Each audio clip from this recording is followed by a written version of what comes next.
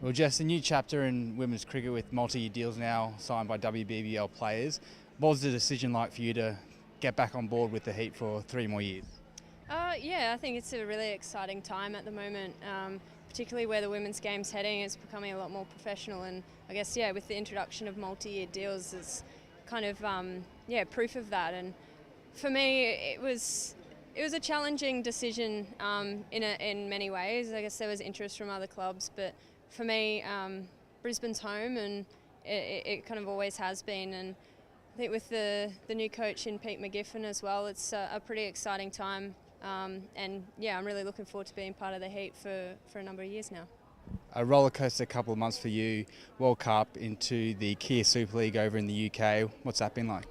It's been a really big few months. The Super League didn't quite go to plan for my team, and unfortunately we didn't manage to get a win. But it was a really great experience, and I had a really good time and learned a lot about my game and a lot about myself in other aspects as well. So I'm really excited to be home and looking forward to getting into the Australian summer. Playing with a lot of different international players, how do they rate the WBBL in terms of international games?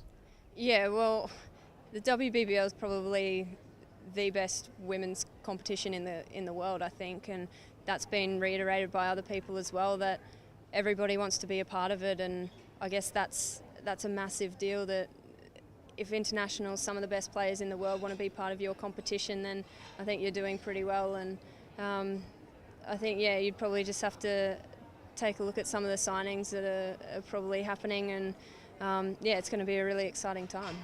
Before the WBBL starts, we've got Women's Ashes series kicking off here at Allan Border Field. What's the feeling like in the Australian group?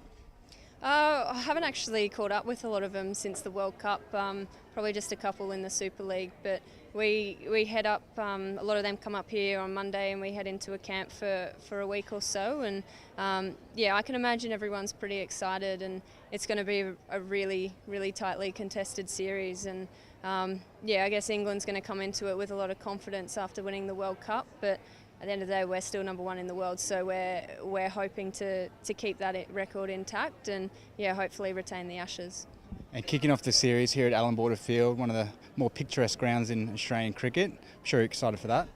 Yeah, absolutely. I think for me as well, that I think in my time in the Australian team, we've only had one series in Queensland, and that was out at Redlands. So for me to actually potentially have the opportunity to play an Ashes game on my home ground, that's something that's pretty special. And hopefully we can get a really good crowd, and I know that my family will probably make the trek down if I'm in that team. So it's really exciting. And back to the World Cup campaign, although you kind of fell just short of reaching the final and probably achieving the goal of taking out the crown, how do you reflect on the tournament and your time over there? Yeah, I think it was obviously a disappointing way to end our campaign, but I think it wasn't necessarily a true reflection on how we played over there, and we definitely took a lot out of it. And I guess it shows where the game's going at the moment, that we had two of the best innings by female players or even male players done against us in that tournament. So I think for us, we've had to learn to adapt, and we probably learnt the hard way. No Meg Lanning for the series out here. Do you see some more responsibility for yourself with the bat and also as a leader within the group?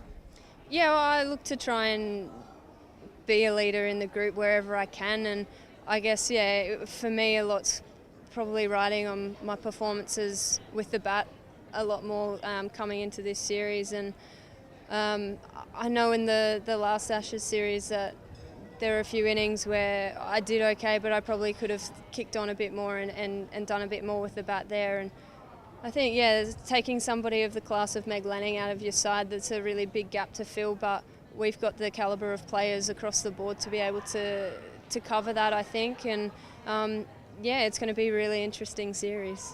And finally, back to the Brisbane Heat, what do you think the squad needs to do to go that one step further and make the WBBL final and take out a crown?